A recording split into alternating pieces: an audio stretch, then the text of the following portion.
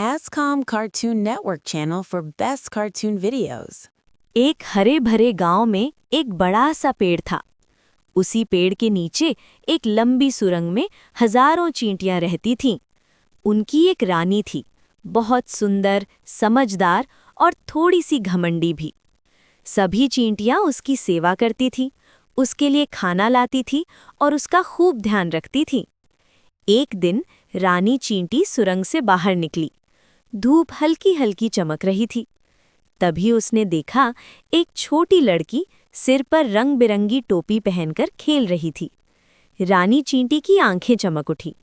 रानी चींटी बोली, मुझे भी ऐसी ही सुंदर टोपी चाहिए।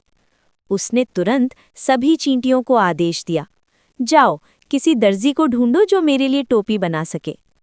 टोपी की तलाश। चींटियां गांव के दर्जी के पास पहुंची। दर्जी ने हंसते हुए कहा, अरे मैं बना तो दूंगा, लेकिन पहले अपनी रानी का नाप लेकर आओ। चींटियां वापस गईं और रानी को बताया। रानी बोली, ठीक है, उससे कहो कि वो खुद आकर मेरा नाप ले। लेकिन दर्जी ने मना कर दिया, मेरे पास इतना छोटा फीता ही नहीं है। ये सुनकर रानी बहुत उदास हो गई। उसने खाना कम कर दिया और दिन भर आईने में खुद को देखती रहती। एक नया दोस्त। उसी पेड़ के पास एक छोटा सा चूहा रहता था। उसका नाम था मोती। उसने रानी की बात सुनी और उसके पास आया। मोती बोला, बहन परेशान मत हो, मेरी दोस्त चूहिया बहुत होशियार है, वो तुम्हारी मदद कर सकती है। रानी की आंखों में उम्मीद जग गई।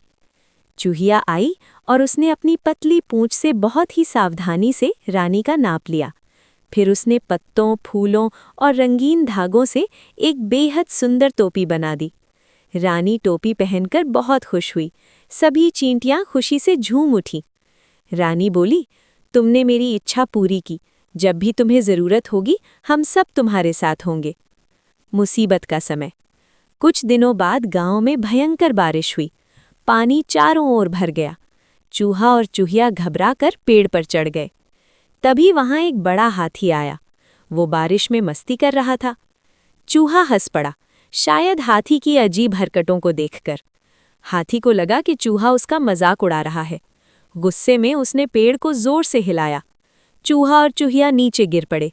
हाथी उन्हें कुचलने ही वाला था कि तभी छोटी ताकत बड़ी जीत।